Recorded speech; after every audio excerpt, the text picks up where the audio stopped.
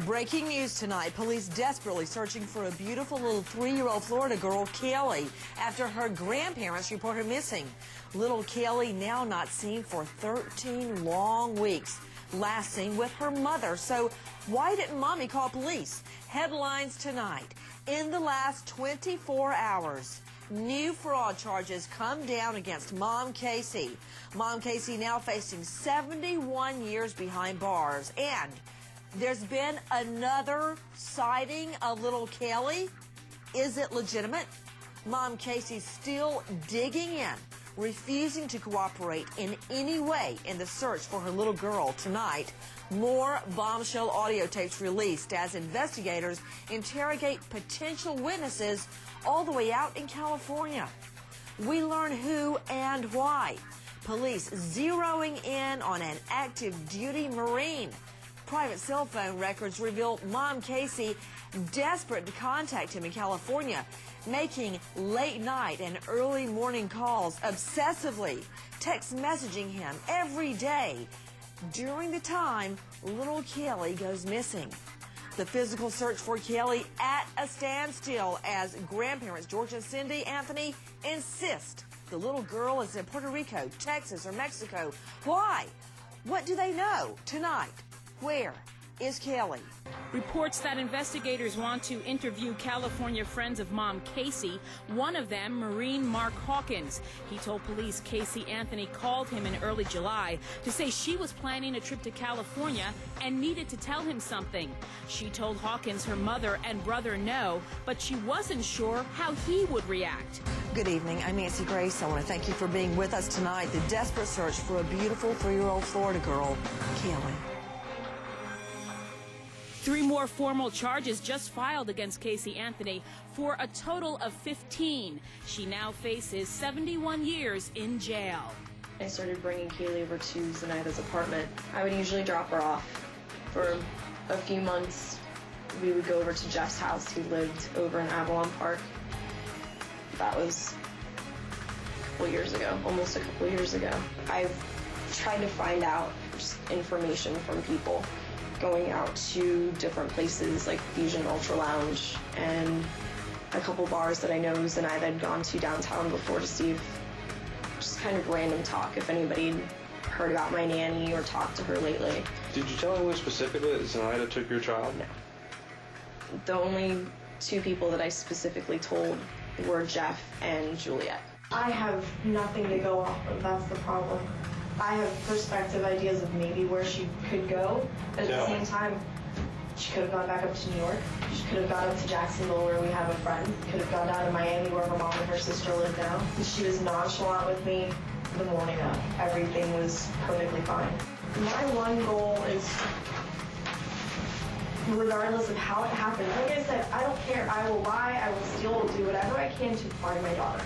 I put that in my statement, and I mean that with all of my heart. Straight out to Mark Williams at WNDB. Mark, what's the latest? Well, in Casey Anthony's world, it's something I have to tell you. And she was, at one time, apparently planning to make a trip to see a Marine person, a person in the Marine Corps by the name of Mark Hawkins. And basically, she kept texting him from the 16th of June, feverishly, basically, I have something to tell you, and you may not like it. And it came down to the point, she said in her text, her emails, messages, and on phone calls, that her mother, Cindy, and brother, Lee, knew what she was going to tell him, but she wanted to take that trip out to California to 29 Palms to tell him in person. We don't know really what that is. He at one time, Mark Hawkins at one time was a security guard at Universal Studios where Casey allegedly worked at one time. Also, a sidebar to the story, there is a speculation circulating around the area that the father of little Caylee, missing since for the past 3 months, may have been fathered by a guy who's currently in the military. Also, just in, 3 more charges filed against Casey Anthony, stemming from her arrest earlier this week here in Orange County. Those charges stemming from when she allegedly took the check from her friend Amy Huizinga. They were in her car. Amy let her borrow her car while Amy went on vacation. We're now up to 15 formal charges against Casey Anthony. A whopping 71 years in prison if convicted on all charges, Nancy. Mark Williams, yes, no. Is she going to be rearrested on these charges? That's what happened on Monday. These formal charges. So these are those charges, but yes, now they're formal. Yes, they are very formal. I want to go back to the Marine stationed out in California. So whatever she had to tell him, she had to travel to California to tell him? That's what she wanted to do. She apparently didn't have enough, how should we say this, enough gumption to tell him in email or in texting or whatever. Well, that's amazing because according to these phone records, she was texting him first thing in the morning and last thing before she'd go to bed at night. And this woman, I mean, she would be texting and talking on the phone at the same time. And, I mean, have you seen these phone records? To this guy, to that guy, to this guy, to that guy. One after the next, some on at the same time, to Tony, to Casey, to, I mean, it goes on and on and on, to Sean, to... It's all at the same time. That's what I have a hard time dealing with. She apparently had you know, liked gentlemen, and she. Does she have any women friends? I don't think so. Just Amy, and of course she considered Amy her best friend. The one she stole from? What's that, Nancy? The one she stole from? Yeah. Yeah, that's the only one, and she obviously has screwed up that relationship big time. I want to go back to this Marine. Natisha Lance standing by there at the Anthony home. What more do we know about him? When was he ever in the same physical location with Casey Anthony? Well, we don't know exactly when he worked at Universal Studios, Nancy, but what we can tell you is that he is the person who he actually contacted authorities and said, hey, I knew Casey Anthony, just wanted to let you know I was speaking to her on a daily basis, and this is the information that she gave me. He also went on to say that he believed that Caylee's father is someone that Casey had a one-night stand with, and as Mark said, he worked in the military. We now have more bombshell tapes of police interrogation of Casey Anthony. Take a listen, and we're taking your calls live. Go back to your statement. You dropped off Caylee on June 9th, and walk me through. You dropped her off to go to work. Mm-hmm. Okay. Get off of work and go from there. I got off of work, left Universal, driving back to pick up Caylee like a normal day, and I show up to the apartment, knock on the door, nobody answers. So I call Zenaida's cell phone, and it's out of service. It says that the phone is no longer in service. Excuse me.